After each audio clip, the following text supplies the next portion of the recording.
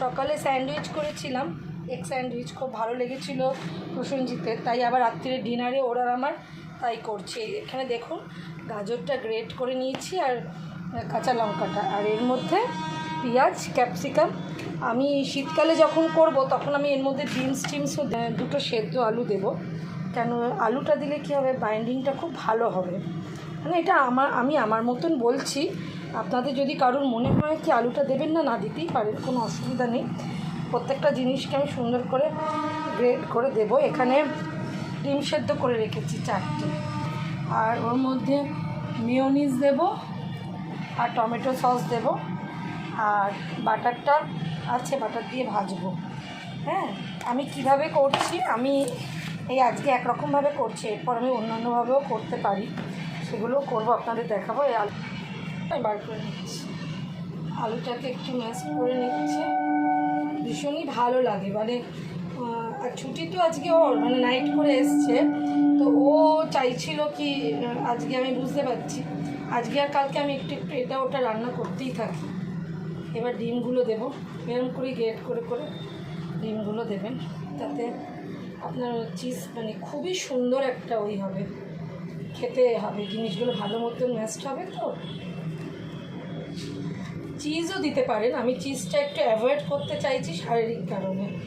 আর আলুটা যদি বলেন যে সুগার পেশেন্ট, তো আমার আলু সবসময় বয়েল করা আমি ইউজ করি। কেন ইউজ করি, যাতে আলুর জলটা বেরিয়ে যায়।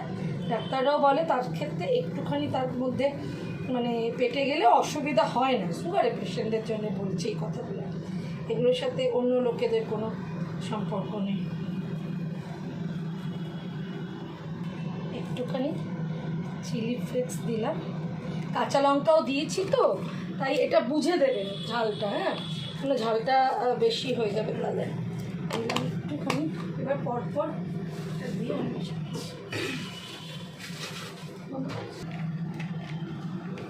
এখানে পেঁয়াজ ক্যাপসিকাম গাজর দিলাম। শীতকালে তো একটু বিনসও দিলে খুব চাট মশলা, হ্যাঁ চাট মশলা, আমচুর পাউডার, যেটা মনে হবে দেবে।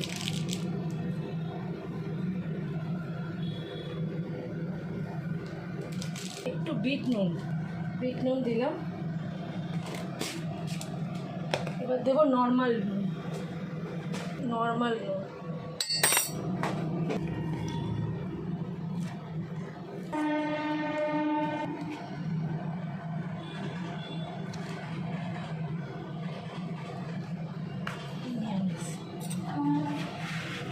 দিয়ে পুরো ব্যাটারটাকে আমি মাখবো।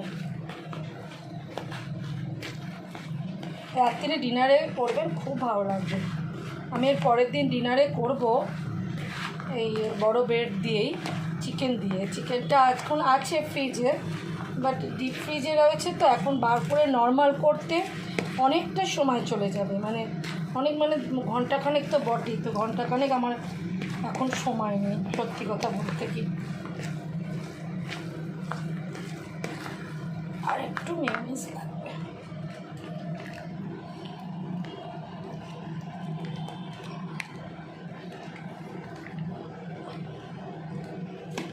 কেন ফ্রিজের তো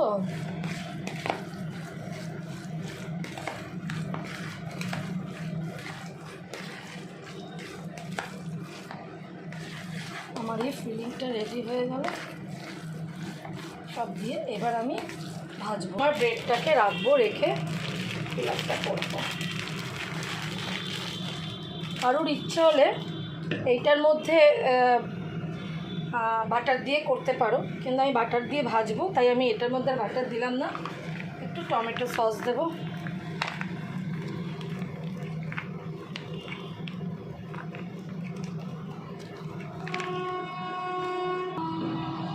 টমেটো সসটা একটু মাখিয়ে নিই।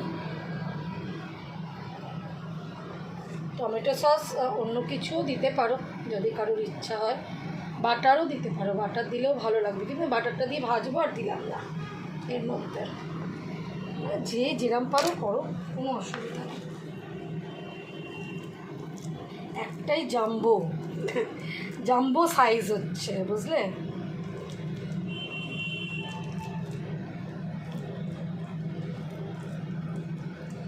এই রাত্রিবেলা এক পিস খেলে মোটামুটি কিছু খেতে হবে না আমি মনে করছি।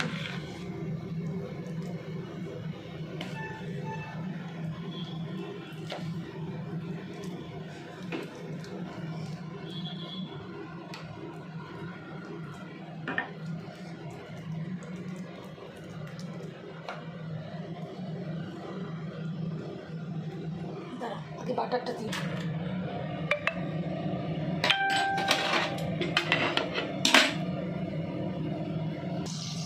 মোটামুটি হয়ে গেল বিগ জাম্বো সাইজ।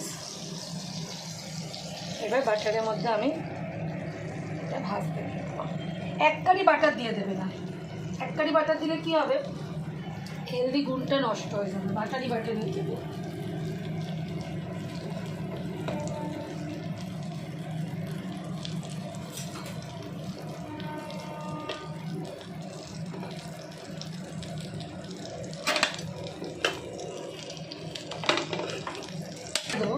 যাতে বাটারটা ওই পিঠটাও পায়। হ্যাঁ, এই যে আমি উল্টে দিলাম সঙ্গে সঙ্গে, উল্টে আবার কারণ আছে, যাতে বাটারটা দু পিঠেই পৌঁছায়।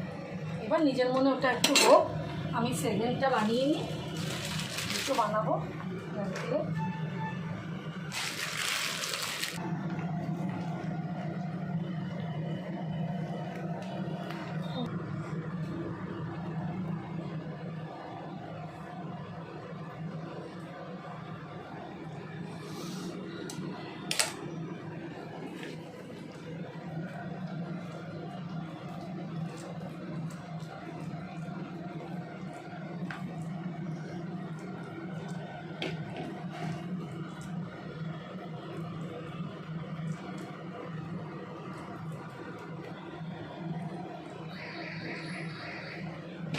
দেখি এদিকটা ততক্ষণে দেখি।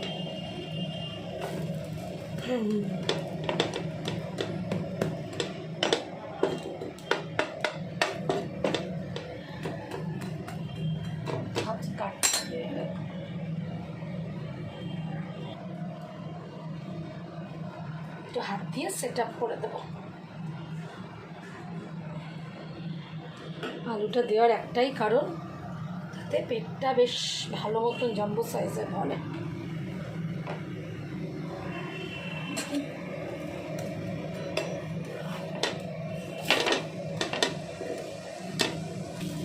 এই যে মাঝখান থেকে কেটে দিয়েছি, ফিলিংটা দেখো কতটা করে হয়েছে।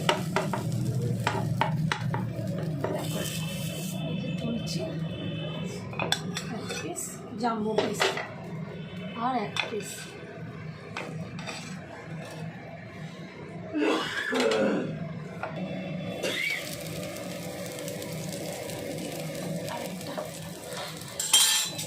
এই দুটো রাত্রিরে খেলে না মোটামুটি মনে থাকবে কী খেলাম। ভাজা হোক, ওই বাটারটা নেই অ্যাকচুয়ালি, এটা ওটা একটু ডিপ ফ্রাই করলে ভালো লাগে, একটু ক্রাঞ্চি হয়, ভালো লাগে খেতে। ওই জন্য একটু ডিপ ফ্রাই করবো। এটার মাঝখান দিয়ে কাটবো না, এটা গোটাই রাখবো। এটা আমি হ্যাঁ, এটা একটু বেশি করে ভাজলে না ভালো লাগে খেতে। মানে আমার অভিজ্ঞতাগুলো তোমাদের বলছি, তোমরা তোমাদের মনের মতো গরম দিয়ে খা।